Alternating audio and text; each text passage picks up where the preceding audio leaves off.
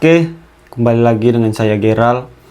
Di sini seperti yang kalian lihat, saya masih berpakaian rapi, baru pulang dari kampus, sangat lelah.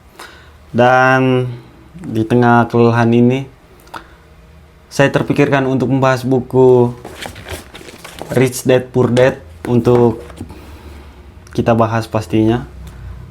Menarik. Buku ini banyak mengajarkan saya mindset untuk melihat keuangan pastinya. Kenapa ujung-ujungnya duit? Kenapa banyak orang yang mati-matian cari uang? Seumur hidup bahkan. Kenapa tidak diubah cara pandangnya?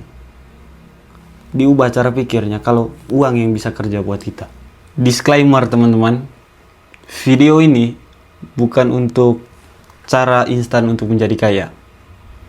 Karena akhir-akhir ini saya lihat juga banyak orang kaya pastinya merekomendasikan membaca buku Rich Dad Poor Dad ini sebagai fondasi awal, sebagai fondasi kecil yang pastinya dalam kita memulai atau merintis sesuatu gitu. Jadi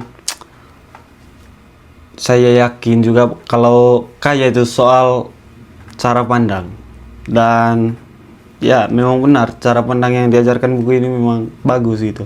Manusia itu yang saya pelajari, bahkan diri saya sendiri itu krusial, cuman bisa ingat 2-3 poin penting dalam range tertentu. Di sini kita akan mengambil pelajaran dari ayah yang kaya teman-teman. Intinya kayak begini, di dalam buku Rich Dad Poor Dad ini menceritakan seorang anak yang bernama Robert. Dia memiliki ayah yang miskin dan ayah yang kaya. Karena kita belajar tentang finance, buku ini tergolong finance, buku-buku keuangan, yang pasti kita belajar dari seorang ayah yang kaya, bukan dari ayah yang miskin. Karena kaya itu soal pandangan, menurut Robert Kiyosaki ini.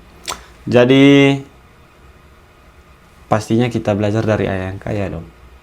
Kembali lagi, poin utama dan pertama yang diajarkan oleh buku Rich Dad Poor Dad ini teman-teman, buku ungu ini, itu mengajarkan aset dan liability. Contoh simpelnya kayak gini, kalian punya ayam kan, ayam ini anggaplah dia bertelur setiap hari. Telur yang kalian ambil dan kalian jual di pasar, terus uangnya kalian masukkan ke saku, itu yang dinamakan aset.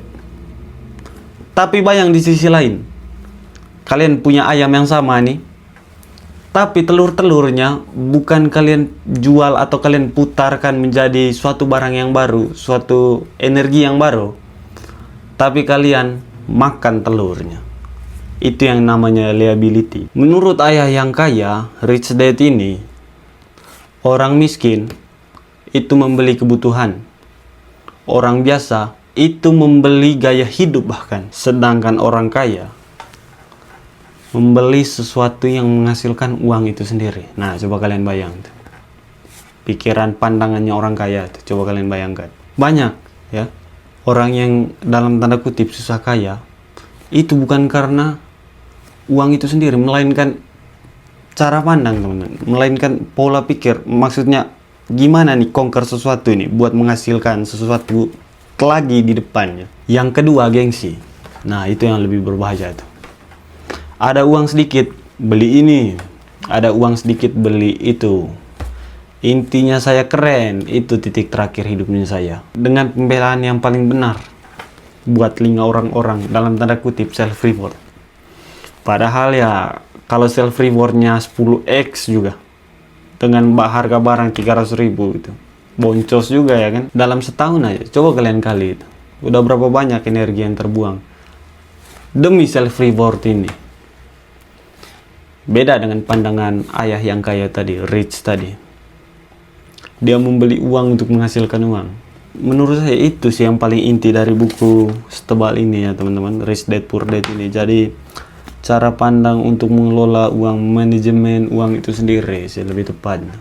Itu tadi yang bisa saya sharing, pembelajaran singkat mengenai buku Rich Dad Poor Dad ini.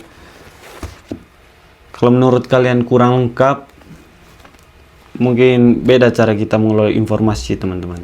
Cara saya mengelola informasi dan yang kalian mengelola informasi mungkin rada berbeda, dan manusia yang pasti unik. Jadi saling melengkapi adalah kata kunci. Sampai jumpa di pembahasan buku singkat Gerald berikutnya. Mungkin ke depan teman-teman kita akan banyak membahas buku-buku finance. Itu saja, sampai jumpa. Jangan lupa belajar walaupun dunia hiruk pikuk. See you.